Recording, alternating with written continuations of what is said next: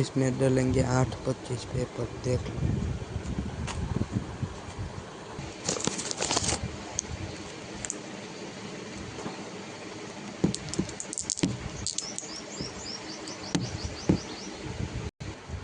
अब हम नाप लेंगे 5 नंबर का ऐसे करके।